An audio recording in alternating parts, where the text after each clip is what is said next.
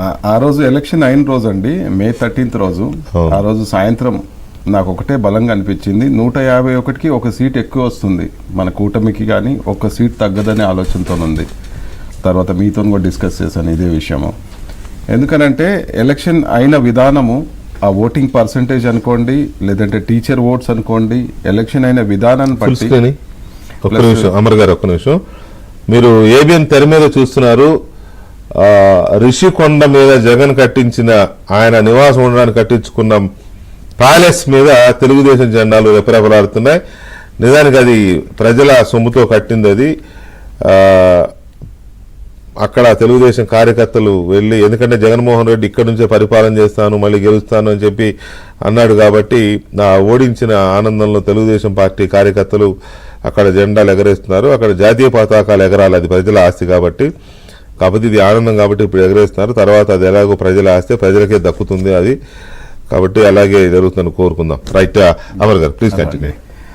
May 13th రోజు, ఆ రోజు రాత్రి ఏదైతే ఎలక్షన్ అయిన విధానం కానీ, ఓటింగ్ పర్సంటేజ్ కానీ, లేదు అని అంటే టీచర్ ఓటింగ్ పర్సంటేజ్ కానీ, లేదంటే ఎన్ఆర్వీస్ ఎన్ఆర్ఐస్ స్వచ్ఛందంగా ఎలా అయితే ఏపీకి వచ్చేసి పరోక్షంగా ప్రత్యక్షంగా ఎలా అయితే పార్టిసిపేట్ చేశారో, ఈ విధానాలు అన్నీ గమనించిన తర్వాత లాస్ట్ టైం ఓటింగ్కి తనకు 151 రావటానికి కారణాలకి ఇప్పుడు మనకి ఒక 10 రెట్లు, 5 నుంచి 10 రెట్లు ఎక్కువ అనిపించి, అంటే 5 to 10% ఎక్కువ అనిపించి నా మనసులో వచ్చిన ఆలోచన అది, 151 ఒక సీట్కి ఎక్కువే కానీ తక్కువ రాదనేది నా ఆలోచన. 151, 152, 153 అనేది. ఎందుకనంటే అలా అందరం మేమెంత స్వచ్ఛందంగా వర్క్ చేసామో అలా అందరూ అంత స్వచ్ఛందంగా, అంత ఇష్టంతో, అంత బాబు గారు అంటే అభిమానంతో, ఆ ప్రేమ అభిమానం, ఇంకా బాబు గారు తప్పించి ఇంకా ఏపీకి ఆప్షన్ లేదనే క్లారిటీకి వచ్చేసినారు.